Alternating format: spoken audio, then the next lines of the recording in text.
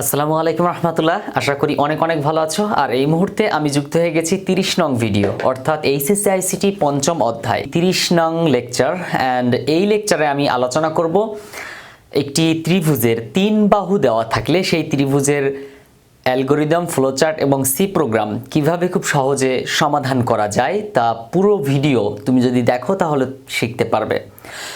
এখন তোমাকে যেটা করতে হবে, খাতা কলম নিতে হবে এবং এই শীটটি সাথে নিতে হবে। আর শীটটি যদি না থাকে তাহলে নেওয়ার জন্য স্ক্রিনে দেওয়ার নাম্বারে যোগাযোগ করো। ওকে, তো একটা ত্রিভুজের ক্ষেত্রফল নির্ণয়ের বিষয়ে কিন্তু আমি পূর্বের একটা ভিডিওতে কিন্তু আলোচনা করেছিলাম, যেটা ছিল 28 নং ভিডিও। এবং এই 28 নং লেকচারের মধ্যে ত্রিভুজ দিয়েছিলাম হাফ ইন্টু ভূমিগুণ উচ্চতা। আর এই ভিডিওতে আমি আলোচনা করতে যাচ্ছি একটি ত্রিভুজের যদি 3টি বাহু দেওয়া থাকে, যেমন একটা ত্রিভুজের মনে করো 3টি বাহু এ, বি এবং সি।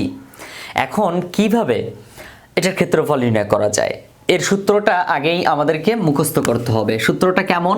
এরিয়া ইকুয়াল টু মূলত সাধারণ গণিত বইয়ের মধ্যে আমরা যেভাবে সমাধান করি সেটা হচ্ছে root over S into S minus A, S minus B, S minus C. ঠিক এভাবে আমরা সমাধান করি, তাই না? কিন্তু কম্পিউটারে এই রুট ওভারের কাজটা সহজে করা যায় না। এজন্য আমাদেরকে এর বিকল্প কিছু ব্যবস্থা নিতে হবে। সেটা হচ্ছে, আমি যদি এখানে লিখি তাহলে এভাবে লিখতে পারি, area equal to S Q R T. এটা হচ্ছে রুট ওভার, তারপর এর সাথে into S minus A into S minus B into S minus C. এখানে একটা ব্র্যাকেট, এখানে একটা ব্র্যাকেট। আমরা কিন্তু রুট ওভারটা এই যে এটা দিয়েছি।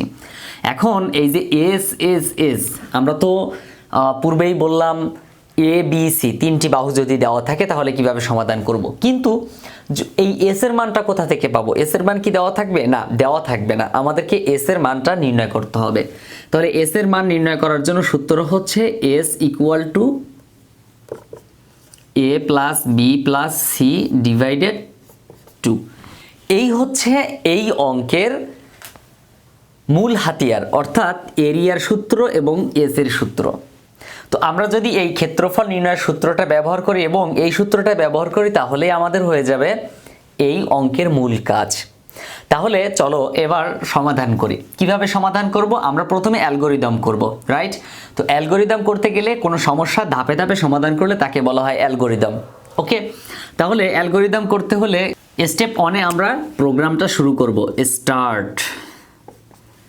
স্টেপ 2-এ ইনপুট নিব, ইনপুট এ বি সি। একটা ত্রিভুজে 3টা বাহুর মান দেওয়া থাকবে এবং সেই 3টা বাহুর মান আমরা গ্রহণ করব। তারপর আমরা স্টেপ 3-তে যে নির্ণয় করব S equal to A plus B plus C divided 2। Step 4-এ যে আমরা এরিয়া নির্ণয় করব, এরিয়া ইকুয়াল টু মানে ক্ষেত্রফল equal to S Q R T into S minus A, S minus B, S minus C. Okay, তারপর আমরা যেটা করব, স্টেপ 5-এ আমরা প্রিন্ট করব এরিয়া, প্রিন্ট এরিয়া। স্টেপ 6-এ আমরা ইন্ড করব প্রোগ্রামটা। তাহলে আমরা স্টার্ট করলাম, ইনপুট নিলাম, তারপর 2টা সূত্র ব্যবহার করলাম, দেন প্রিন্ট এরিয়া করলাম, দেন ইন্ড করলাম প্রোগ্রামটা। এখন আমরা এটার ফ্লো চার্ট নির্ণয় করব। আমি এখানে একটু মুছে দিচ্ছি, তা না হলে জায়গা ধরবে না। ওকে, এখন দেখো আমরা ফ্লো চার্ট নির্ণয় করব যেভাবে, প্রথমে স্টার্ট করব, তারপর আমরা ইনপুট নিব। ইনপুট 3টি মান এ, আমরা এখানে লিখব ইনপুট এ বি সি। তারপর আমরা 2টা সূত্র ব্যবহার করব। প্রথম সূত্র হচ্ছে S equal to A plus B plus C divided 2। দ্বিতীয় সূত্র একটু বড় হবে, এজন্য ছকটাও একটু বড় নিতে হবে। Area equal to S Q R T into S minus A S minus B S minus C. তারপর আমরা প্রোগ্রামটা ইন্ট করব, স্টার্ট করব input A B C S equal to A plus B plus C divided two, then এরিয়ার সূত্র বসাবো, area equal to S Q R T into S minus A S minus B S minus C. তারপর print area, then end করব। তো এই হচ্ছে আমাদের flow chart. অর্থাৎ আমরা যদি এই অ্যালগোরিদমটা পারি তাহলে ফ্লো চার্টটা একদম সহজ, কারণ অ্যালগোরিদম ফ্লো চার্ট একই। এখানে শুধু আমরা সমাধান করেছি স্টেপ আকারে, স্টেপ 1 স্টেপ 2 স্টেপ 3, আর এখানে চিত্রের মাধ্যমে। কঠিন হবে সি প্রোগ্রামের ক্ষেত্রে, কারণ সি প্রোগ্রামটা সবার কাছেই কঠিন। তারপরেও আমি চেষ্টা করব যতদূর সম্ভব সহজ করার জন্য। ইনক্লুড, আমরা প্রথমে হেডার ফাইলগুলো লিখব, ইনক্লুড stdio.h, ইনক্লুড conio.h,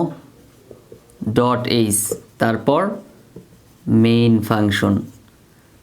দেন আমরা ওই যে পূর্বে বলেছিলাম কখন আমরা ফ্লোট নিব, কখন আমরা ইন্টিজার নিব, যখন দেখব অনেক বড় সূত্র, এবং সূত্র দেখেই কিন্তু অনেকটা বোঝা যাবে যে কখন ভগ্নাংশ মান আসতে পারে আর কখন পূর্ণ সংখ্যার মান আসতে পারে। এত বড় সূত্র ক্যালকুলেশন করলে, রুট ওভার করলে অবশ্যই ভগ্নাংশ আসবে। তাহলে আমাদেরকে ফ্লোট নিতে হবে। তো এখন আমি ফ্লোট নিব, FLOAT, float A B C। দেন আমরা নির্ণয় করব এস এবং এরিয়া, যেগুলো আমরা মূলত নির্ণয় করি সেগুলোর পরিচয় দেই, যে মানগুলো গ্রহণ করি সেগুলোরও পরিচয় দেই। অর্থাৎ ABC এর মান গ্রহণ করব ইনপুট, এজন্য ABC এর মানটা আমরা এখানে পরিচয় করালাম। এস এর মান নির্ণয় করব এবং এরিয়ার মান নির্ণয় করব, এজন্য সেটাও পরিচয় করালাম। লাস্ট ফিনিশিং আমরা কি করব, সেমিকোলন বসাবো, রাইট। তারপর আমরা ইনপুট গ্রহণ করব, print F, enter the value of A B C, তিনটা মান গ্রহণ করলাম এবং কমা দিতে হবে প্রত্যেকটার পর। দেখো ইনভার্টেড কমা এ বি সি, তারপর হচ্ছে সেমিকোলন। এরপর আমরা স্ক্যান করব, স্ক্যান এফ,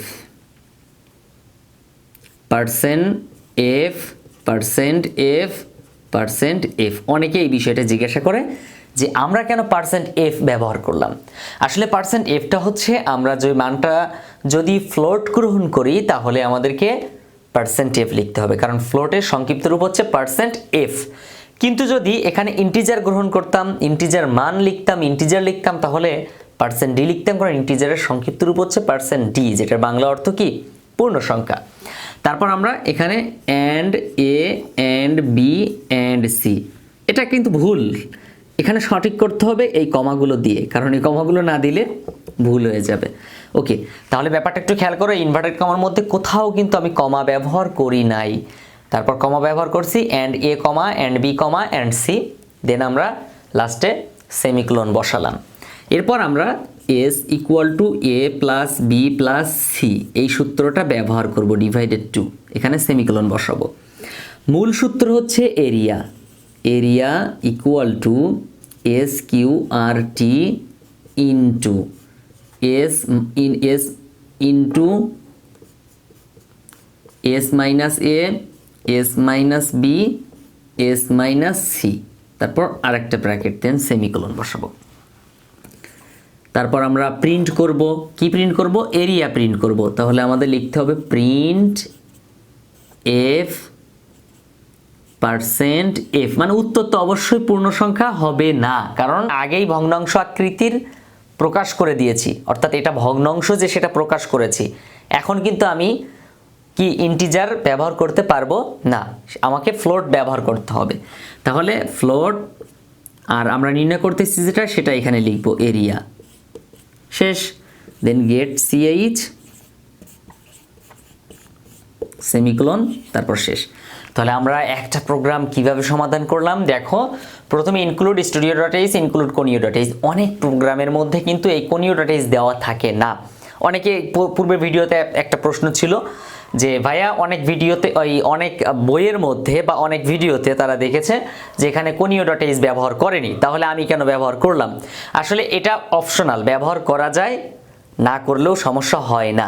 তবে আমি চেষ্টা করেছি প্রত্যেকটা ভিডিও একই প্যাটার্নের করতে, যাতে তোমাদের বুঝতে একটুও কঠিন না হয়, তোমরা যেন সহজে এটা মনে রাখতে পারো। ইনক্লুড স্টুডিও.h, include conio.h, main function, float, A B C, S, area, printf, enter the value of A B C, scan, percentage and A B C. এভাবে আমরা পুরো প্রোগ্রামটা সমাধান করলাম। এবং তোমার সবচেয়ে গুরুত্বপূর্ণ বিষয় হচ্ছে তোমাকে যে দুইটা জিনিস মুখস্থ করতে হবে, সূত্র দুইটা। একটা প্রোগ্রামের মধ্যে দুইটা সূত্র মুখস্থ করতে হচ্ছে, ব্যাপারটা একটু টাফ। এজন্য মনে রাখতে হবে এই দুইটা সূত্র। তোমরা চাইলে কিন্তু আমার অনলাইন কোর্সে ভর্তি হতে পারো। অনলাইন কোর্সে ভর্তি হতে আসলে তেমন কিছুই লাগে না। অনলাইনে তোমার সম্পূর্ণ সাপোর্ট থাকবে, রেকর্ডেড ভিডিও। সো স্ক্রিনে দেওয়া নাম্বারে যোগাযোগ করতে পারো। যারা ভেবেছিলে আইসিটিতে ফেল করবে, তারা এখন আইসিটিতে A+ পাবে ইনশাল্লাহ। কারণ আইসিটির সকল ক্লাস, সকল লেকচার শিট এবং বোর্ড প্রশ্ন থেকে শুরু করে সকল সমস্যার সমাধান, প্রত্যেকটা টপিকের উপর আলাদা আলাদা ভিডিও এখন তোমার হাতে। আইসিটি শিট নিয়ে বারবার বলা হয়, আমি এই ভিডিওতে একটু কনফার্ম করে দেই যে আসলে আইসিটি শিটটা কেমন বা কি। আজকে তোমার ক্লাসে স্যার বলে দিল যে চট্টগ্রাম বোর্ড 2017 সালের অঙ্কটা করে আসবা, আগামীকালকের পরীক্ষায় থাকবে। তুমি এই উত্তরটা কোথায় পাবা? কে তোমাকে বুঝিয়ে দেবে? হয়তোবা তোমার প্রাইভেট পড়ার সক্ষমতা নাই, বা তোমার আশেপাশে টিচার নাই, রাত্রে শুনতে পাইছো যে এই প্রশ্নটা আসবে। তাহলে এখন খুঁজেও পাইতে গেলেও কিন্তু 1-1.5 ঘন্টা একটা ব্যাপার। মনে করো পরীক্ষার 1 ঘন্টা আগে তুমি জানতে পারছো, কি হবে? তো এজন্য দেখো, যদি তুমি চিন্তা করো যে লেকচার শিটের 2 নাম্বার পেজে একটু যাও, 4 নাম্বার লেকচার শিট এবং সি প্রোগ্রামিংয়ের উপরে লেকচার শিটে 4 নাম্বার, এরকম প্রত্যেকটা অধ্যায়ের উপর একটা একটা লেকচার শিট আছে। তো এই লেকচার শিটের মধ্যে দেখো সুন্দর মতো স্ক্যানার সিস্টেম দেওয়া আছে প্রত্যেকটা লেকচারের উপর। যেমন লেকচার 5, 6, 7, 8, 9, প্রথমে আমি কিন্তু যোগফল নির্ণয়, গুণফল নির্ণয়, মানে প্রত্যেকটা একটা পার্ট আলাদা করে দিয়েছি, একই রকম নিয়মেরগুলো, যেমন যোগ, বিয়োগ, গুণ, ভাগ, এগুলো একসাথে আলোচনা করছি। প্রথমে আলোচনা করছি এই যে লেকচার 2, লেকচার 3, লেকচার 4, এভাবে আলোচনা করছি। তো দেখো এই যে লেকচার 2 এর ক্ষেত্রে দেখো, লেকচার 2টি সংখ্যার যোগফল নির্ণয়ের জন্য অ্যালগরিদম ফ্লোচার্ট নির্ণয়। তো এখানে পাশে কিন্তু কিউআর কোড দেওয়া আছে, তুমি যদি স্ক্যান করো তাহলে এই ভিডিওটা চলে আসবে, মানে এই অঙ্কটা বুঝাই দিছি, ভিডিওতে বুঝাই দিয়েছি ইউটিউবে। তো তুমি খুঁজে পাবা কোথায়? এখানে স্ক্যান করলে ভিডিওটা চলে আসবে। স্মার্টফোনটা হাতে নিলাম, কিউআর কোড একটা সফটওয়্যার দেওয়া আছে। সফটওয়্যারটা হচ্ছে এই যে, এই সফটওয়্যারটা তুমি দেখতে পাচ্ছ, সফটওয়্যারটা একটু দেখে নাও। এই সফটওয়্যারটা তোমার কাছে অবশ্যই আছে। তো এখন তুমি কি করবে? এই কিউআর কোড এখানে ধরবে, এই যে আমি ধরলাম, অটোমেটিক এই যে গো টু ওয়েবসাইট, ওয়েবসাইটে চলে গেছে। দেন ইউটিউবে, এই যে ইউটিউবে চলে গেল। তারপর কিন্তু ভিডিওটা এই যে চালু হয়ে গেছে। আসসালামু আলাইকুম রাহমাতুল্লাহ। লেকচার 10, কুমিল্লা বোর্ড 2019 লেকচার 10 এর উপর ক্লিক করো। তাহলে তুমি এখানে এই যে কিউআর কোড পাশে দেওয়া আছে ছোট, এই কিউআর কোডের উপর তুমি ক্লিক করো। মানে কিউআর কোডের উপর তোমার স্ক্যানারটা ধরো মোবাইলের, দেখবা যে অটোমেটিক ভিডিওটা চলে আসবে ইউটিউব থেকে, তোমার খোঁজার প্রয়োজনই নেই, লেকচার 10 নামেই চলে আসবে।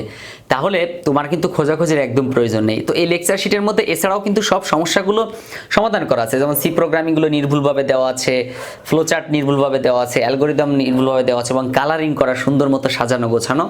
এভাবে আইসিটি পুরো বইয়ের উপরে কিন্তু লেকচার শিট তৈরি আছে। সো তুমি যদি চাও পুরো বইয়ের লেকচার শিট নিতে পারো। তো এজন্য এখনই কি করতে হবে? স্ক্রিনে দেওয়া নাম্বারে যোগাযোগ করো এবং লেকচার শিটগুলো কালেক্ট করে নাও। তাহলে আমি আশা করি তোমার মানে আইসিটি নিয়ে কোনো চিন্তা করা লাগবে না, প্রাইভেট পড়তে হবে না কখনো। সিম্পল বিষয়, জাস্ট ভয়ের কোনো কারণ নাই। এখনই তুমি স্ক্রিনে দেওয়া নাম্বারটি তোমার মোবাইল ফোনে তোলো, তারপর তুমি হোয়াটসঅ্যাপ অথবা ইমোতে আমাকে নক